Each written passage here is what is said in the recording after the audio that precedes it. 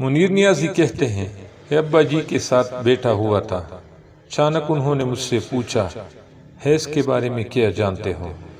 میں نے اپنے دل میں الحمدللہ پڑھ کر اللہ پاک کا لاکھ لاکھ شکر ادا کیا کہ ہم بھی اب اپنے آپ کو ان آزاد خیال لوگوں میں شمار کر سکتے ہیں جو اپنے گھر میں ہر قسم کے موضوع پر کھل کر بات کر سکتے ہیں۔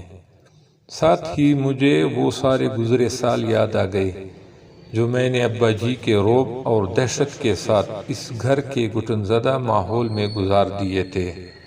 میں نے مسکراتے ہوئے کہا، ابا جی، حیض ایک ایسے سرکل کا نام ہے جس سے ہر جوان عورت مہینے میں ایک بار گزرتی ہے۔ ابا جی نے پھر پوچھا، تو پھر عورت اس حالت میں کیا کرتی ہے؟ میں نے کہا، ابا جی، عورت اس حالت میں نہ نماز پڑھتی ہے اور نہ ہی روزہ رکھتی ہے۔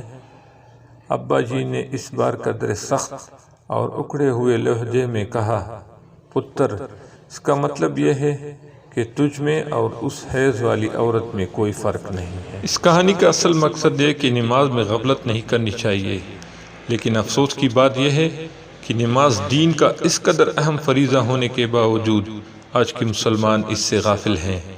بہت سے مسلمان تو ایسے ہیں کہ عید و جمعہ پر اکتفا کرتے ہیں اور بقیہ نمازیں چھوڑنے پر ان کو ذرا رنج و ملال نہیں ہوتا۔ بعض نے کبھی پڑھ لی، کبھی چھوڑ دی۔